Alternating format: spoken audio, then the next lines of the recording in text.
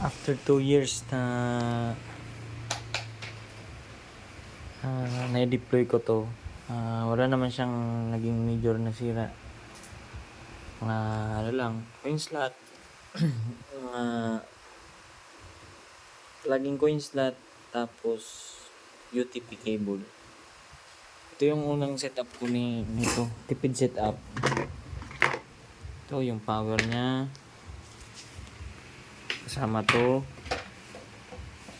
yung transformer, tapos yung traditional wiring, then fan, yan. Tapos yung charger, saka yung ano niya, power cord.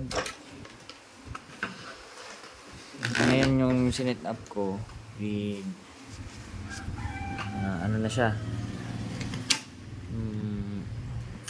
custom board. Ayan, dati ano lang yung gulo-gulo dyan. Ayan, na medyo mais-ayos na. Pero di ko na pinalitan ng box. Kahit na although meron akong mga box ditong bago, di ko na siya pinalitan kasi medyo mas malapad to, and then may cage naman to doon. Sayang naman. Okay pa naman siya eh. Okay lang naman siyang ganun kasi medyo di naman kumbaga sa Bicol masiri, di man maselan yung mga gumagamit doon. Di naman sa itsura binabase, kundi sa needs nila ng pinoprovide ng internet. Yan. Nasa vlog ko to nung una 2 years ago.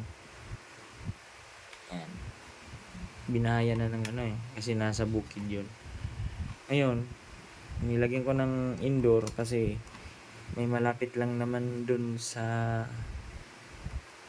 minsan dun lang sila sa may tapat, nagtatambayan kasi yun. Tapos yung ilagyan ko ng isa pang extender, ilalagay ko dun sa gitna ng mga kabahayan. Kaya pag umuwi sila, dire-diretso pa rin yung hulog nila. Dati pala itong LPB, ngayon ginawa ko ng ADO.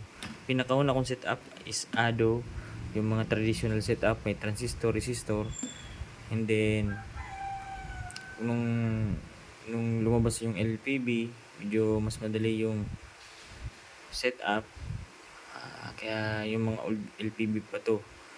Ngayon ginawa ko is balik akong ADO.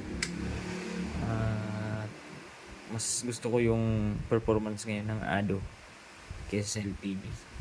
Wala na kasi masyadong update yung LPB. Yun lang naman. Kasi set up na ulit natin to. Good pass nyo sa loob. Ayan. Tour ko kayo sa loob. Ayan. Yung adapter nya ng router at adapter nung sa custom board. And then yung custom board magbibigay naman ng power dun sa Orange Pi 1. Yan yung coin slot. Yan yung setup niya ng coin slot. Yun. Okay, salamat. Close yung wala pa. Hindi ko pa nagawan nung panguna kong setup eh.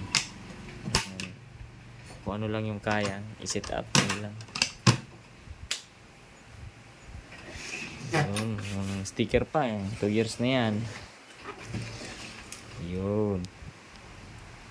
Okay, thank you. Yun lang.